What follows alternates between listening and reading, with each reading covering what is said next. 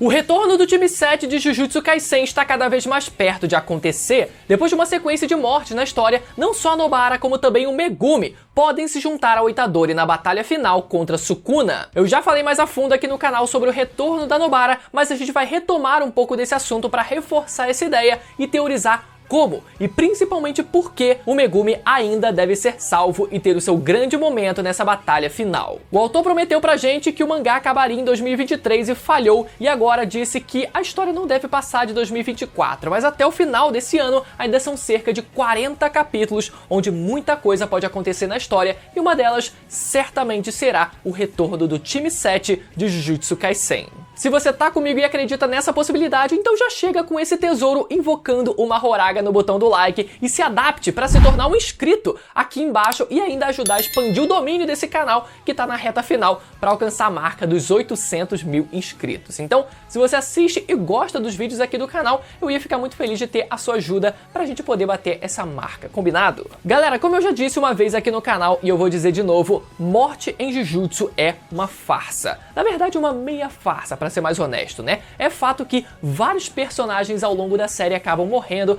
mas ao mesmo tempo também é extremamente comum a gente ver eles voltando, seja de forma direta ou no mínimo de forma indireta na série, sempre com um recurso de roteiro diferente. Itadori, o protagonista da série, literalmente morreu duas vezes na história, uma para o Sukuna logo nos primeiros episódios e outra para o Yuta ao final do arco de Shibuya, em que ele foi ressuscitado através de técnica amaldiçoada reversa. Satoru Gojo ficou praticamente à beira da morte contra Toji Fushiguro e despertou a sua técnica reversa para poder se regenerar por completo. A maldição Rika foi exorcizada no filme Zero, depois voltou como um HD externo do Yuta e ainda mantendo seus próprios poderes. Suguru Geto foi morto pelo Yuta e depois voltou como uma espécie de marionete do Kenjaku no início da série. O próprio Kenjaku sendo decapitado pelo Yuta, mas obviamente ainda deve voltar continuando vivo. Toji Fushiguro, que foi morto pelo Gojo e depois teve o seu corpo trazido de volta no arco de Shibuya, e até mesmo o próprio Nanami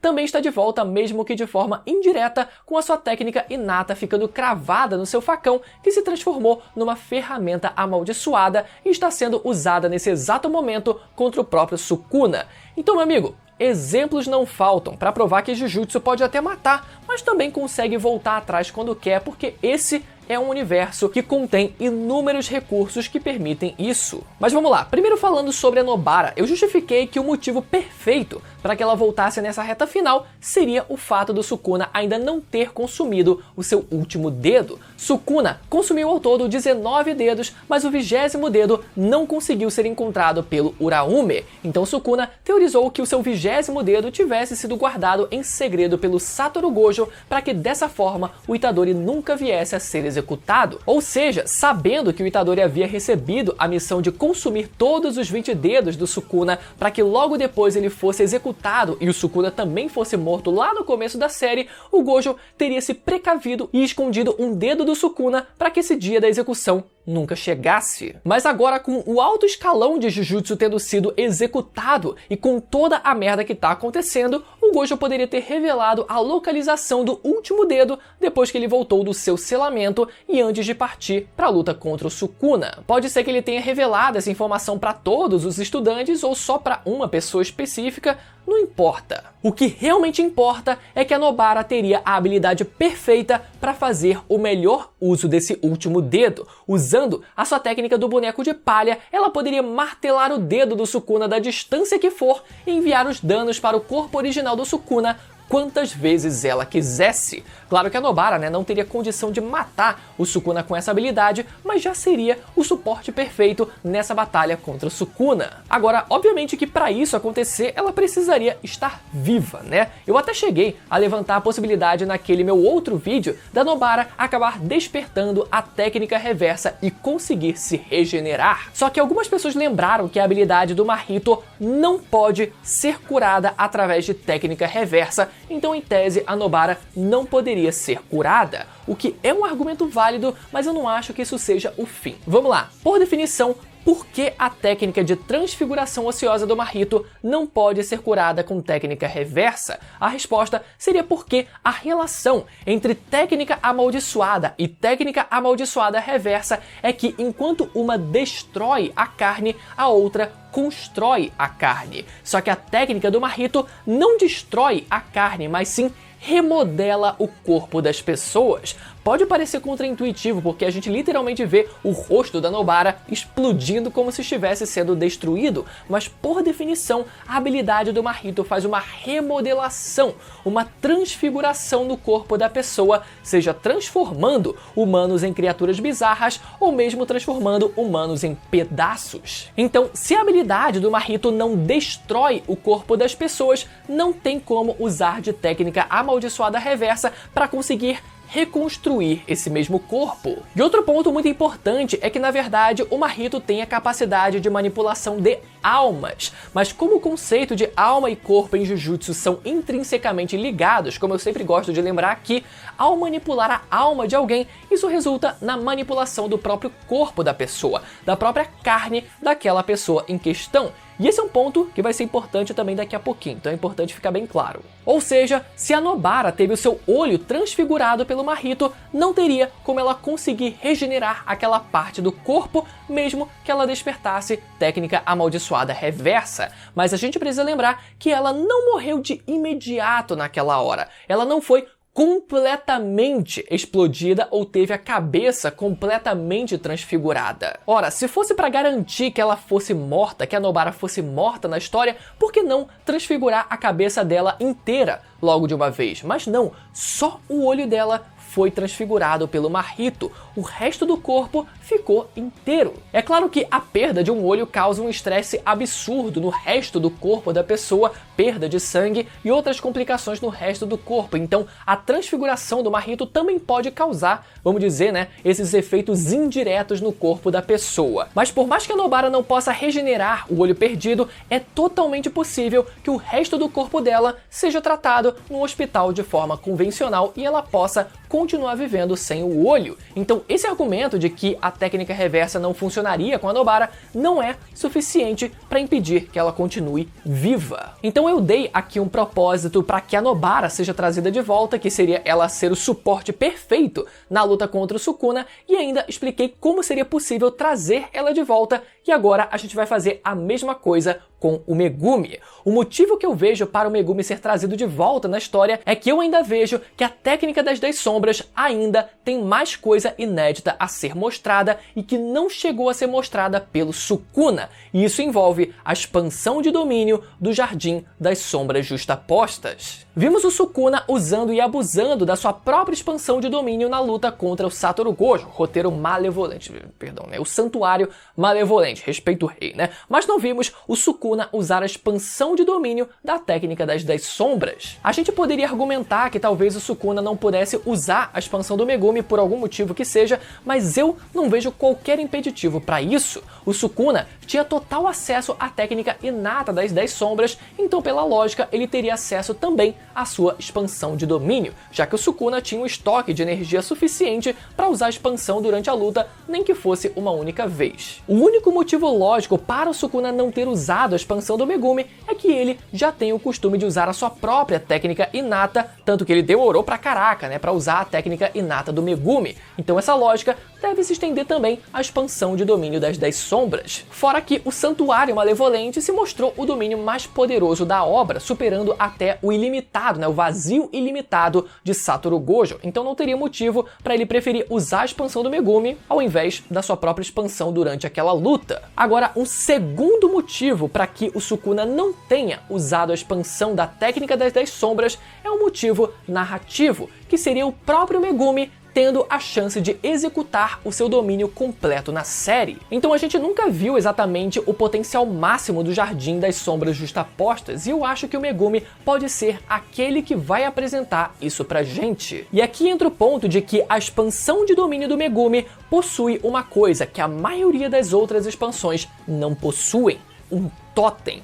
Quando o Megumi enfrenta um cara chamado Regstar, ele expande o seu domínio numa espécie de ginásio ali dentro e podemos ver pela primeira vez um totem gigante atrás dele. E as outras duas únicas expansões de domínio em Jujutsu que possuem um totem como esse são as expansões do Sukuna, o Santuário Malevolente, e de Suguru Geto, a Profusão Uterina, simplesmente as expansões dos grandes antagonistas da série. Agora, se vocês repararem, a coisa que essas duas expansões de domínio têm em comum é que ambas as expansões do Sukuna e do Geto não possuem barreiras. Essas duas expansões estão entre as raras exceções do mundo Jujutsu que não são limitadas por um espaço físico, configurando um nível de maestria que nem mesmo o vazio ilimitado de Satoru Gojo foi capaz de replicar. E agora temos também a expansão do Megumi entrando nessa específica lista, a terceira expansão da obra, que possui um totem no centro e pode ser que seja mais uma expansão que não precise de uma barreira para ser executada. E isso seria até uma grande ironia, já que o Megumi sempre teve dificuldade de conseguir fechar a barreira do seu domínio, quando na verdade ele pode acabar seguindo o caminho inverso e executar uma expansão de domínio sem uma barreira. Isso seria inclusive, uma forma de profetizar a frase citada pelo Satoru Gojo de que o Megumi tinha sim total capacidade de conseguir superar ou no mínimo se igualar com a técnica do ilimitado de Satoru Gojo. Dessa forma, ele conseguindo realizar uma expansão de domínio com um nível de refinamento até mesmo superior ao vazio ilimitado. Mas e o Mahoraga? Como é que fica nessa história? Será que o Megumi vai conseguir finalmente invocar o Mahoraga? A resposta é provavelmente não. O Mahoraga ele foi destruído pelo Gojo e sabemos que quando um Shikigami morre, ele não pode mais ser invocado pelo menos por aquele mesmo feiticeiro, mas ainda tem esperança, já que os seus poderes são herdados por outra sombra do arsenal. Então a essência do Mahoraga deve retornar em outra sombra do Megumi, e eu acredito que já domada e podendo ser usada pelo Megumi. Isso porque o próprio Mahoraga já tinha sido domado pelo Sukuna usando o corpo do Megumi, então eu não vejo motivo do Megumi não poder usufruir de tudo isso, afinal o corpo é dele e as sombras são dele. O Sukuna foi apenas um penetra, que possuiu o corpo do Megumi. Então teríamos o Megumi sendo capaz de usar os poderes do Mahoraga fundido com outra das suas sombras e quem sabe sendo capaz de realizar uma expansão de domínio completa. Mas para isso, ele precisa ser salvo, Ele precisa continuar vivo. A minha alternativa favorita seria o Itadori conseguir resgatar a alma do Megumi ele próprio. A gente viu que o Itadori recebeu o livro de pesquisas sobre almas feito pela Yuki Tsukumo e a gente não sabe tudo o que o Itadori aprendeu com isso e nem sequer tudo o que tinha de informação naquele livro. Mas uma das coisas que ele aprendeu pelo visto foi conseguir manipular a sua própria alma e consequentemente o seu próprio corpo, já que ambos são interligados, resultando assim naqueles braços modificados, que no mínimo devem servir como um upgrade de força para ele e não só um visual maneiro. Inclusive, isso até faria com que o Itadori fosse ainda mais parecido com o Mahito, seguindo aquela frase do Itadori dizendo para ele,